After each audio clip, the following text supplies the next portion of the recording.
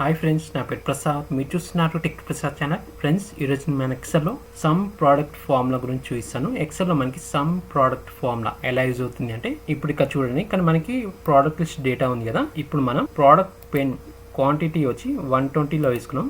Each pen price వచ్చి 10 rupees. అలానే product sketch pen quantity వచ్చి 110లో వేసుకున్నాం. ఈచ్ స్కెచ్ పెన్ ప్రైస్ వచ్చి 20 రూపీస్. అలానే మిగతా ప్రోడక్ట్స్ అవిట్లా క్వాంటిటీని బట్టి అవిట్లా ప్రైస్. ఇప్పుడు మనం తీసుకున్న ప్రోడక్ట్ క్వాంటిటీని బట్టి దాని ప్రైస్ టోటల్ సమ్ చేయాలంటే మనం ఎలా చేస్తాం? Product price into quantity multiply చేసి ఆ తర్వాత టోటల్ సమ్ అనేది చేస్తాం. చూడండి ఎలా చేస్తామో. Equal to product price into product quantity, enter.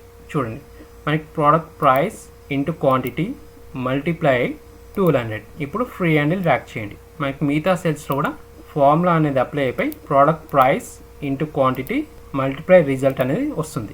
ఇప్పుడు equal to sum function apply చేసి ఈ టోటల్ రేంజ్ సెలెక్ట్ చేసుకొని నా closure bracket, enter.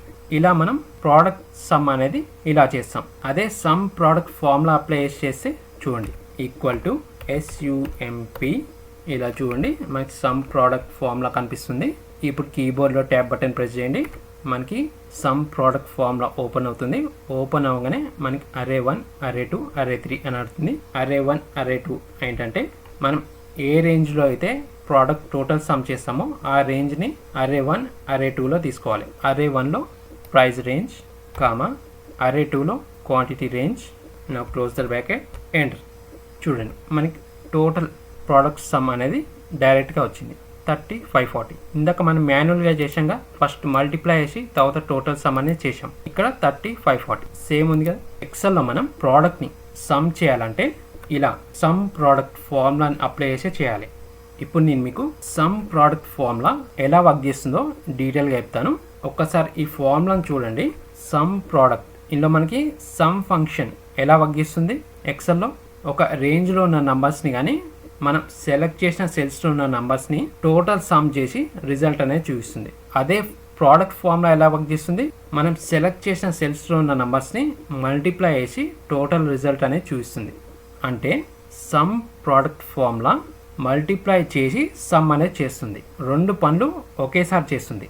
Some product formula ఎక్సెల్లో మనకి 2-in-1 ఫార్ములా. ఇప్పుడు ఈ సమ్ ప్రోడక్ట్ ఫార్ములా ఎలా వర్క్ చేస్తుంది అంటే, మనం సమ్ ప్రోడక్ట్ ఫార్ములా అప్లై చేసి array1లో ఈ ప్రైస్ రేంజ్ సెలెక్ట్ చేసుకున్నాం.